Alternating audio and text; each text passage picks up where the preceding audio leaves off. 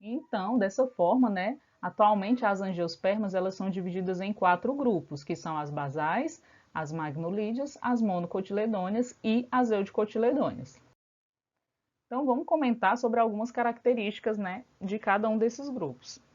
As angiospermas basais, elas têm a característica de possuírem flores trímeras, ou as peças podem ser numerosas, né, muitas pétalas, muitos estames, né.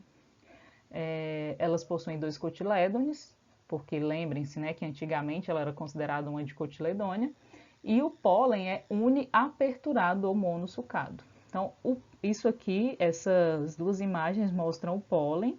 Então, observem que esse aqui é o suco ou abertura no pólen. Então, o pólen possui um único suco, né, uma única abertura. Então, é uma característica aí de angiosperma basal. Eu coloquei aqui pólen de lírio, pólen de bromélia, são espécies de monocotiledôneas, mas é só para mostrar a questão da estrutura do pólen. Uma ordem, né, pertencente a esse grupo das basais é a ordem Nymphaealis, família Nymphaeaceae, e um exemplo a gente tem aí a Vitória Regia. Depois a gente vai comentar a respeito das características, né, das famílias desse grupo. Na verdade, especificamente sobre Nymphaeaceae. As magnolídeas são aquelas que possuem as características mais primitivas. Ela possui numerosos órgãos em espiral, né? Vocês podem observar aqui os órgãos em espiral, tanto o androceu quanto o gineceu, e na verdade é uma característica marcante da ordem Magnolialis. O pólen, assim como lá das basais, também é monossucado, possui uma única estrutura. E a gente tem alguns exemplos aqui. Ordem Lauralis, família Laurácea, dentro dessa ordem dessa família encontra-se o abacate. Ordem Magnolialis, família Anonácea, né? A gente tem a graviola, a ata, e temos também a ordem Piperalis, família Piperácea, né? Que a gente tem aqui a pimenta, pimenta de macaco. As monocotiledôneas são um grupo monofilético. Nesse grupo não foi realizada nenhuma modificação e elas possuem características muito próprias, como por exemplo um único cotilédone, né? A raiz é fasciculada ou também denominada cabeleira. Lembre-se que nós temos dois tipos fundamentais de sistema radicular, fasciculado e pivotante. Então, a raiz fasciculada é uma característica de monocotiledôneas e as folhas nessas espécies são paralelinérveas. Quando a gente estudar as famílias dentro de monocotiledôneas, nós vamos ver que existem algumas exceções, mas a maior parte das espécies possuem folhas paralelinérveas.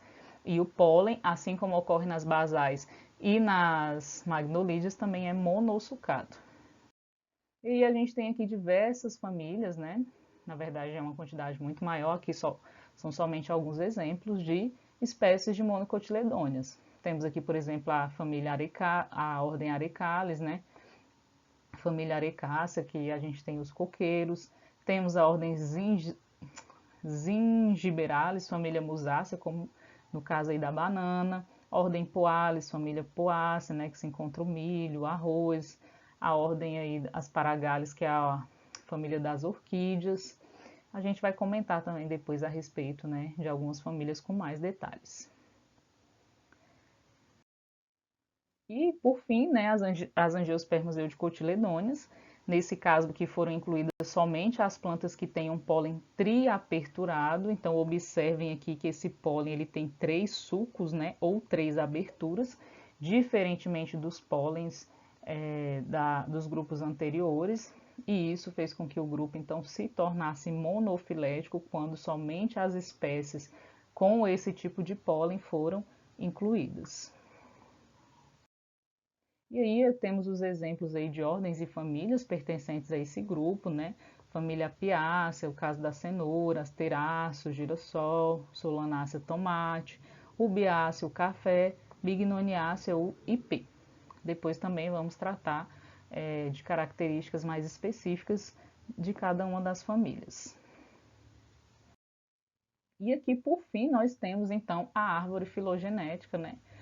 Mais detalhada do grupo das angiospermas.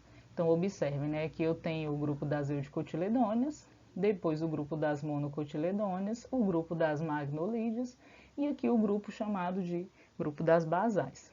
Mais uma vez, né, eu reforço que antigamente, né, antes dessa classificação, as magnolídeas eram do grupo das dicotiledôneas, as basais também, e as eudicotiledôneas formavam um único grupo. Então, o grupo das dicotiledôneas foi dividido em 3 grupos, que são esses aqui: magnolídeas, basais e eudicotiledôneas. Justamente porque eles perceberam que tanto as magnolídeas quanto as basais eram mais aparentadas de monocotiledôneas do que das próprias eudicotiledôneas. Então, foi necessário realizar essa diferenciação, essa separação, na verdade.